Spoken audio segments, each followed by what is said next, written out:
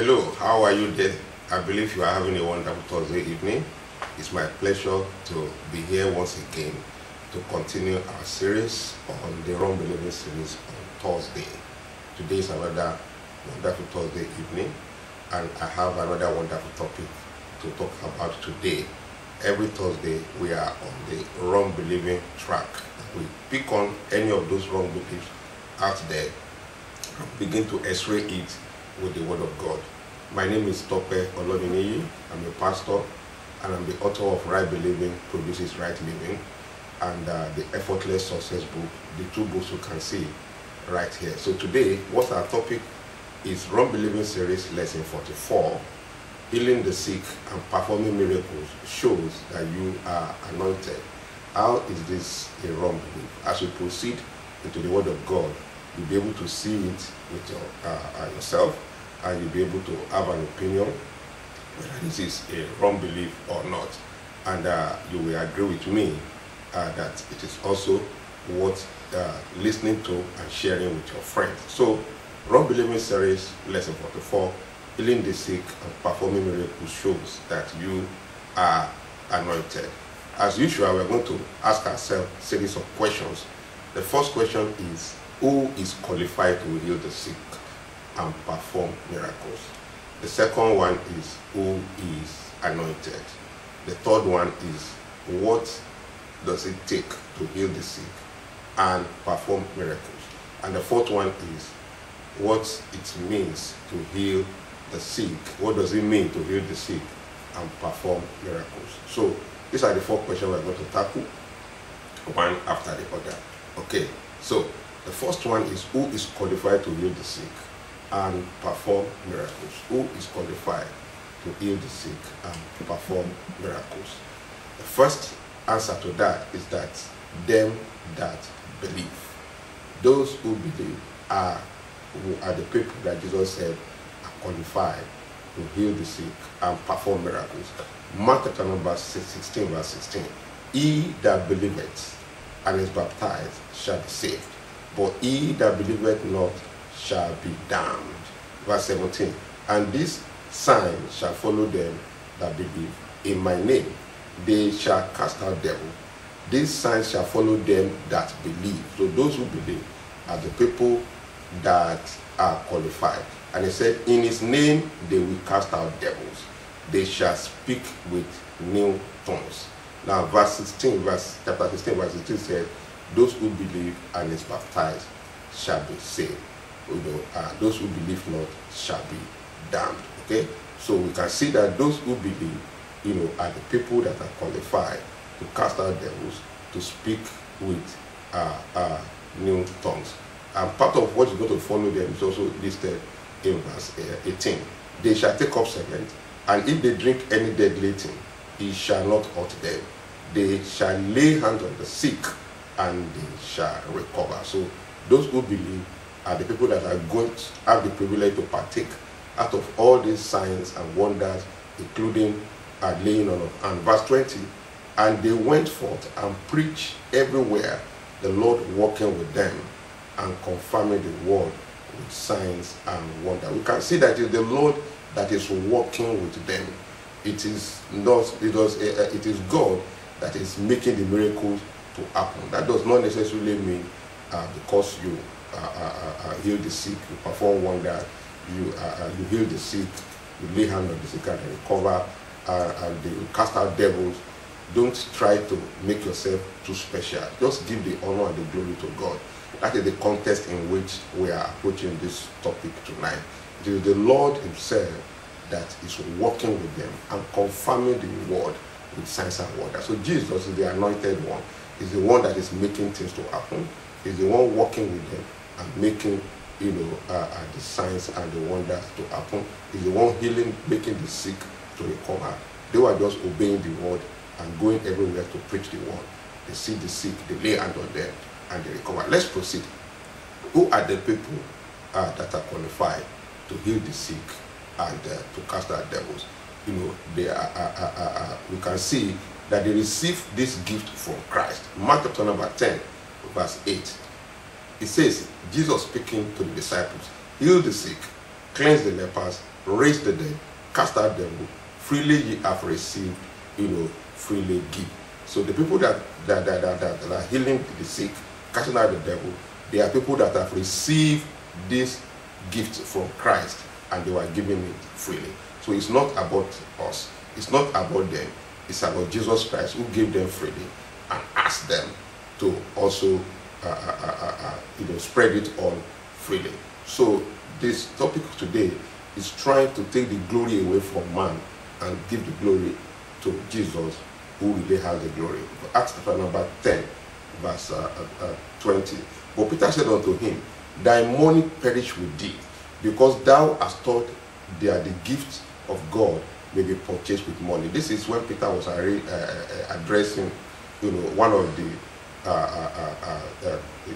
believers, so-called believers, who said he has believed, but was offering money to also receive the power to lay hand on, to pray for people so that they can be filled with the Holy Spirit. And Peter rebuked, he said, look, this is the gift of God.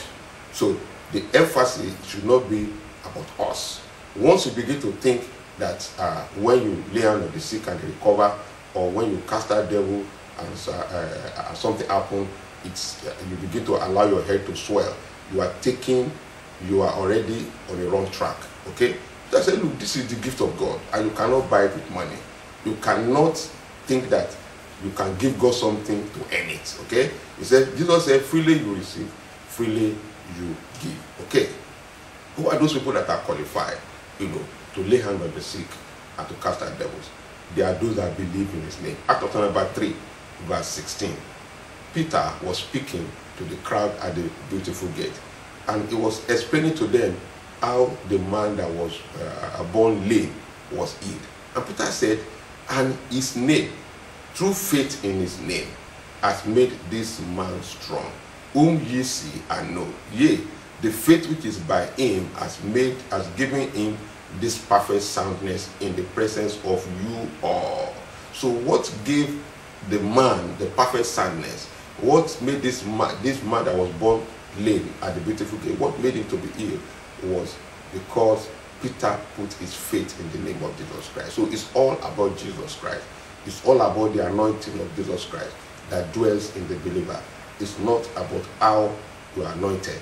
It's about the anointed one living on the inside of you, which is Jesus. And you are able to put your faith in him and release that faith. So when we say a gift, is something that we receive freely from God. 1 Corinthians chapter number 12, verse 9. Apostle Paul writing to the Corinthians, he said, to another faith by the same Spirit, to another gift of healing by the same Spirit. So it is the Spirit of God that gives the gift of healing. It's all about Christ.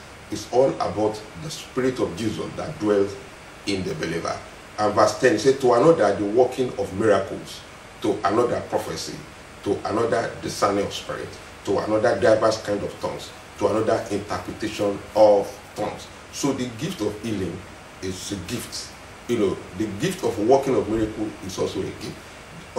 These are just some of the gifts listed among the gift of the Spirit. There are about 9 of them. The gift of the Spirit. Gift of healing is one of them. Working of miracle is one of them. So being able to heal in the name of Jesus Christ and being able to work miracle in the name of Jesus Christ is still all about Christ. It's still all about the Holy Spirit, which is the Spirit of Christ that dwells in us. The glory should not be, the focus should not be on you. The focus should be on the one that gave you the gift and is working with you, confirming the word with signs and wonders. So let's take on the second question, which is, who is anointed? Who is anointed? Let's look at it. Number one, Jesus is the one that is anointed. He is the anointed one. Actually, his name means anointed. Christ means anointed one. All right? Christ is just like Messiah. John chapter number 3, verse 34, talking about Jesus Christ. He said, for he whom God has sent speaketh the word of God. For God giveth not the Spirit by measure unto him. In other words, Jesus Christ's anointing is not even by measure. It is measureless. It is endless. Jesus is the anointed one. Look at chapter number 2, verse 9. Say, for in him dwelleth all the fullness of the Godhead bodily. In him dwelleth all the fullness of the Godhead. So Jesus Christ, in Jesus Christ dwelleth all the fullness of the Godhead. Like God the Father, God the Son, God the Holy Spirit, he dwells in Jesus Christ bodily. Verse 10 says, and you are complete in him, which is the heir of all principalities and power. So it is Jesus Christ that make you complete. It is the completeness that you have in Christ that make it possible for you to be able to lay hands on the sick and they shall recover. It is Jesus in you that is actually making it happen. Alright? It is the completeness that you have in Jesus Christ that makes it possible for you to do miracle in his name. So it's still all about Jesus Christ. So who is anointed? The believer is now anointed because he is God's temple. The believer is anointed as God's temple because you are a carrier of the presence of God. Your body is actually described as the temple of God. So it is the Holy Spirit in you that makes you a temple of God. 1 Corinthians chapter number 6, verse 19. What? Know ye not that your body is the temple of the Holy Ghost, which is in you, which ye are of God, and ye are not your own. 1 John chapter number 4, verse 4. It says, ye are of God, little children, and have overcome them, because greater is he that is in you than he that is in the world. So it is he that is in you that is making the difference. He is the one that is making the healing to flow. He is the one that is making the miracle to happen. Because you are God's temple, it can be done through the laying on of your hand. It can be done through the pronouncement when you put your faith in Jesus Christ, like Peter did when he prayed for the lame man and the beautiful girl. So Jesus is anointed, and because Jesus is in you, you are God's temple, you are anointed, and all the glory goes to him. Now, the person that is indwelt by the Holy Spirit is anointed. Look at 1 John chapter number 2, verse 27. But the anointing which ye have received of him abideth in you, and ye need not that any man teach you, but as the same anointing teacheth you of all things, and is truth, and is no lie, and even as it hath taught you, ye shall abide in him. So the anointing abide in you. They abide in you, it means he lives in you. The Holy Spirit lives in you. He is the one that is the anointed himself. He is the one that makes you anointed. It is the one that is making it happen to you. He is also the teacher. 1 John chapter number 2, verse 20. But ye have an unction from the Holy One, and ye know all things. It is the Holy Spirit that can teach you all things, and can even give you that unction, that leading to know what to do at the right time. So all the glory still go back to the Holy Spirit, the one making it to happen. You are even, he is the treasure that is in the even vessel of your body. Look at John chapter number 4, verse 25. But the Comforter, which is the Holy Ghost, whom the Father will send in my name, he shall teach you all things, and bring all things to your remembrance, whatsoever I have said to you. So it's the Holy Spirit that leads you, it's the Holy Spirit that gives you the unction, it's the Holy Spirit that gives you the leading to know what to do and put words in your mouth. Is the one that is making it happen. Now, we also have the anointing upon. Anointing upon. In other words, the Holy Spirit does not just dwell in us, he also dwells upon us by anointing us for service. Acts chapter number 1, verse 8. But ye shall receive power. After that, the Holy Ghost is come upon you. Is upon now, not just within. And ye shall be witnesses unto me, both in Jerusalem and in all Judea and in Samaria, and unto the utmost part of the earth. So, he is the one that is in you, he is the one that is upon you, he is the one that makes it happen, he is the one that takes the glory and the shine. Now, the next question is, what does it take to heal the sick and to perform miracles? What does it really take? Okay, number 1, faith in his name. After chapter number 3, verse 16, and his name, through faith in his name, has made this man strong. The name of Jesus, faith in the name of Jesus is what it takes to perform miracles, to heal the sick. Whom ye see and know, yea, the faith which is by him has given him this perfect soundness in the presence of you all. So this is Peter saying it the way that it is. He said, look, don't look at us as if we are supermen. Don't look at us as if we have big anointing. Look at us as normal human beings. It is not us that made it happen. It is faith in his name Faith in the name of Jesus Christ. That is what it takes to heal the sick. That's what it takes to cast out devils. That is what it takes, to make miracles happen. Faith in the name of Jesus. What does it take? It is through his name. Luke chapter number 10, verse 2. Remember what those 70 disciples said. After this thing, the Lord appointed other 70 also, and sent them 2 and 2 before his face into every city and place whither he himself will come. And the 70 returned again with joy. What were they saying? Saying, Lord, even the devil are subject unto us through thy name. So it's all about the name of Jesus. What does it take to perform miracles? To heal the sick, to cast out devil? He said, through thy name. So it's all about the name of Jesus Christ. So again, what does it take to perform miracles? What is this name of Jesus all about? Philippians chapter number 2, verse 9. It says, wherefore God has also highly exalted him, and given him a name which is above every name, that at the name of Jesus Christ every name should bow, of things in heaven and things on earth and things under the earth, and that every tongue should confess that Jesus is Lord, to the glory of God the Father. Okay? So you can see it's all about the name of Jesus Christ. It's not about you. It's not about your earthly father's name. It's about the name of Jesus that is in you. The name of Jesus that you believe. The name of Jesus that you express in faith. It's about the faith you have in the name of Jesus Christ. That is what the demon, that is what the sickness, that is what the problem is afraid of. That is what makes the problem to bow down. So it should still be all about Jesus. He said, God has given him a name which is above every name. And at the name of Jesus, every knee should bow and every tongue can confess. So you can do it, provided you know it is all about Jesus. Provided you know that it is about the name of Jesus. Provided you know it is through faith in his name. Now, the Bible says in Colossians chapter 1, verse 16, that all things consist in Christ. What does this mean? Let's read it first. Colossians chapter 1, verse 16. It says, for by him were all things created, that are in heaven, that are in earth, visible and invisible, whether they be thrones or dominions or principalities or powers, all things were created by him and for him. Verse 17, and he is before all things, and by him all things consist. All things consist means that there is nothing that exists that does not exist in the name of Jesus. There is nothing that exists that does not exist under the courtesy of the name of Jesus. Everything that exists in him. Everything that exists, everything that is listening to his name. He said, by him all things consist. It is through the courtesy of Jesus that everything that exists today exists.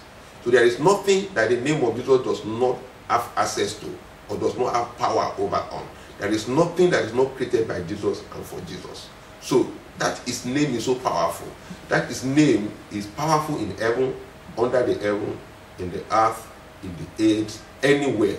That his name cut across eternity, time and space, back to back. His name is everywhere. All things consist by his name. All things were created by him and for him. His name is far-reaching to the ends of the earth. His name is powerful above all principalities and powers. So it is not about you being anointed. It is about the anointed one that is in you. It is about the anointed one that in whose name you are praying, that is making the things to happen. That is the focus and direction of what we are talking about today. Now, look at Colossians chapter 1, verse 19. He said, "For it pleased the Father that in him should all fullness dwell." All fullness dwell in Christ. And verse 20 says, "And having made peace through the blood of his cross, by him to reconcile all things unto himself." By him, I say, whether they be things in earth or things in heaven. What this is saying is that the name, that God made peace through the blood of Jesus Christ. And it is that blood of Jesus Christ has already reconciled all things to God. The blood of Jesus Christ has reconciled all things to God, whether those things are in earth, whether those things are in heaven. So the blood of Jesus Christ already has a connection to everything in creation. So through the power of the blood of Jesus Christ, everything in creation, they listen to the they listen to the word of God through the power of the blood of Jesus Christ. Remember, the blood of Abel cried from the earth, to the ear of God. Now the blood of Jesus Christ has been shed, and that blood of Jesus Christ has, has been shed. It has been shed on earth, and it has been taken to heaven by Jesus Christ himself to go and offer to the Father. So by the reason of the blood of Jesus Christ, everything in creation, they respond to the blood of Jesus Christ. Everything in creation, they submit to the blood of Jesus Christ. Everything in creation is already covenanted to obey Jesus Christ. So all things have been reconciled unto God through the blood of Jesus Christ. So when you have confidence and faith in the blood of Jesus Christ, when you release it in prayer through the name of Jesus Christ, things happen. It's not about you. It's about the power of the name of Jesus. It's about the blood of Jesus. It's about the power of his name. So let this be your focus. Let it all be about Jesus and about Jesus alone. Now, again, what it takes, to do miracles, what it takes to cast out devils, to heal the sick, is also obedience, action of faith. When you act on the simple instruction of Jesus Christ, it's one of the, it makes things to happen. Now look at John chapter 16, verse 17. Actually Mark chapter 16, verse 17, not John. See, and this sign shall follow them that believe. In my name they shall cast out devils, they shall speak with new tongues, and they shall take up serpents, and if they drink any deadly thing, it shall not hurt them. And they shall lay hands on the sick, and they shall recover. Now, he said, they shall cast out, they shall lay, and this involves obedience.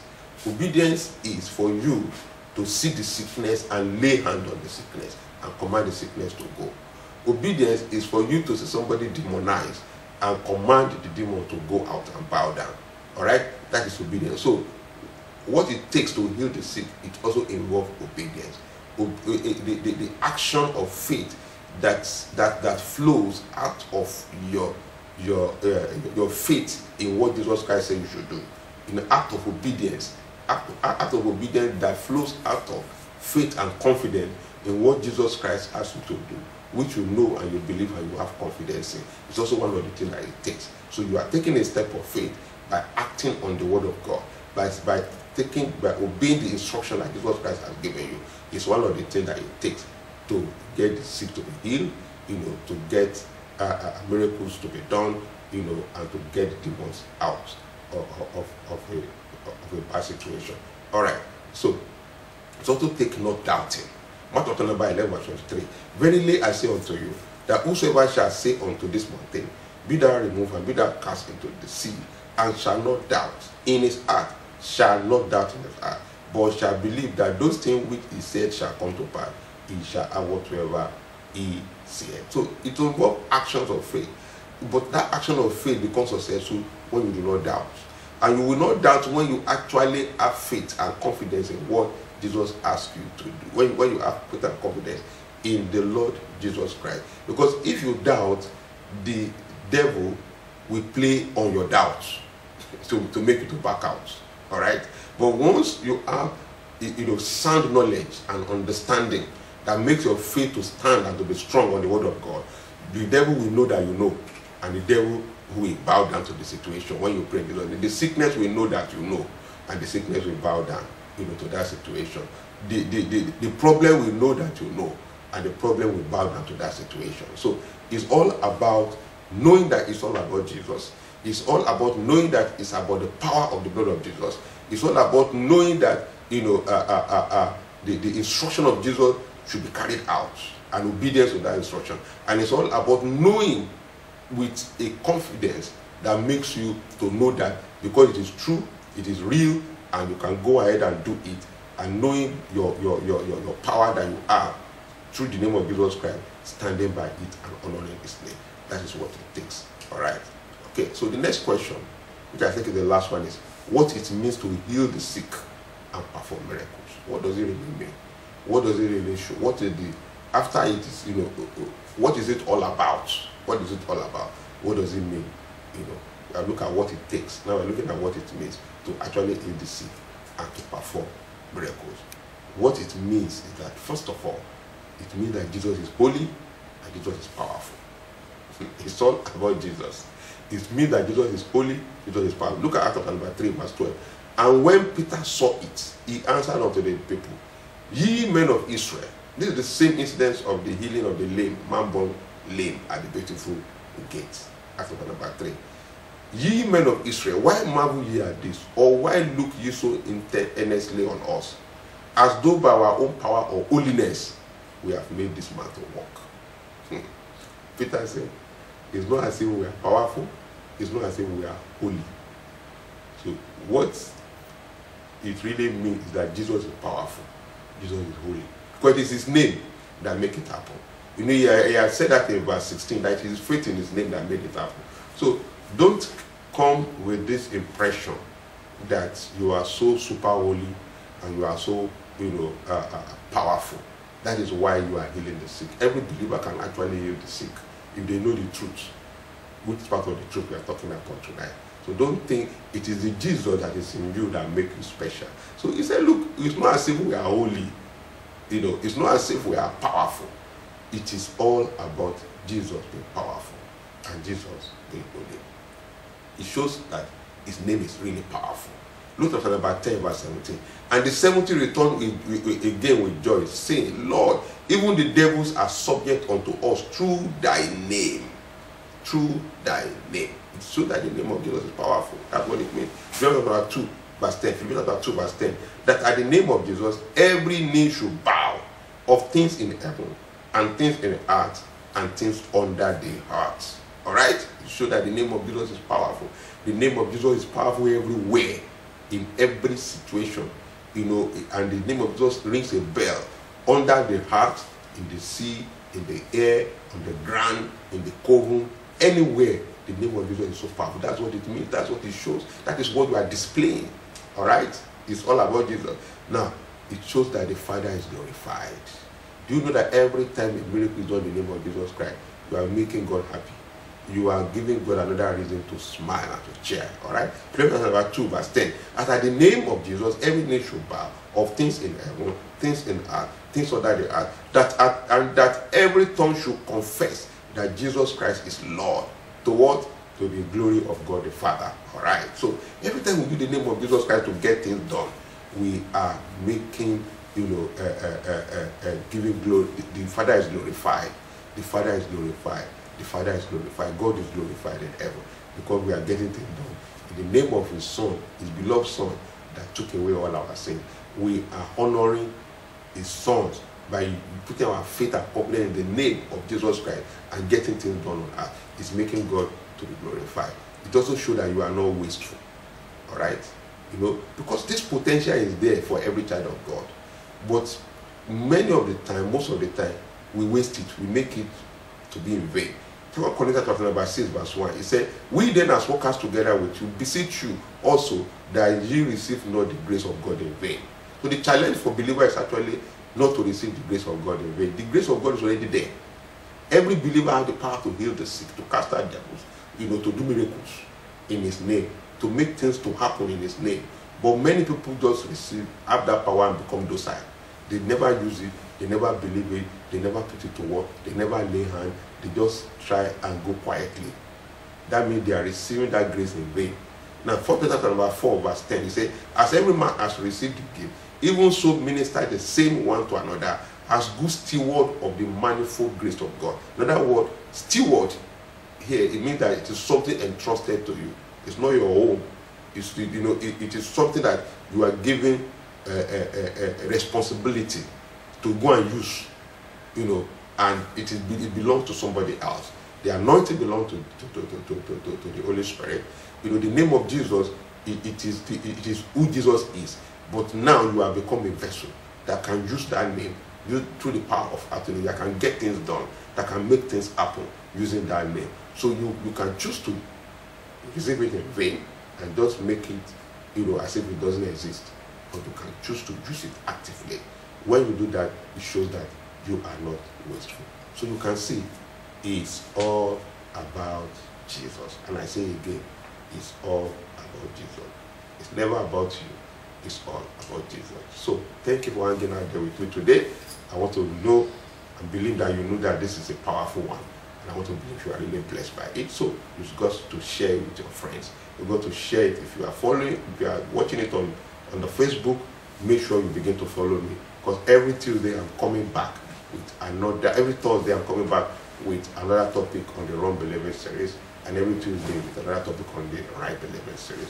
So if you are following me on the YouTube, make sure you subscribe to my channel, and make sure you also click the notification button so that whenever I share a new video, you can be among the first to know about it. Okay, on the Facebook, feel free to share it, share with groups, share with on Messenger, share it with your friends, and let everyone that knows Jesus Christ begin to use the name of Jesus Christ. We have knocked out a lot of wrong beliefs today that that make you to think it's all about you, that makes you to think that if you pray for the sick and they get ill, and that means you are so special. No, you are just a believer, okay, and you are doing what you are supposed to do. So that is the wrong belief. The right belief is that the power is already in you. Go and use it, but know that it's not about you. It's about giving glory to the Father. It's about obeying what Jesus said you should do. It's about just doing your duty, all right, and showing the light of Jesus Christ, so that God is glorified, that so that people can see the light of Jesus Christ and they can come to the light. It's all about making Jesus known. It's all about making the world to see His power. About Jesus Christ, the hope of glory, is the one that lives in you. So thank you for hanging out with me tonight. Again, I'm a pastor. My name is Dr. Oloniniyi. I serve God on the platform of Grace Impact Christian Network. If you want to know more about this ministry, go to www.graceimpactnetwork.com, and you want to know how you can pick your book. There are so many channels that through which you can get the book, whether the ebook or the hardcover, or through the e-channels, through the e-commerce channel like Jumia, or through the bookshop. You can see all of them listed there. If you go to the same website /outlet, you're going to see the details there. If you want to do a mail to us, send it to hello@graceimpactnetwork.com. You want to do one to me directly, send it to pastor@graceimpactnetwork.com. I'll show you and will give you a detailed reply. Until I come your way next Thursday, have a pleasant Thursday evening. God bless you.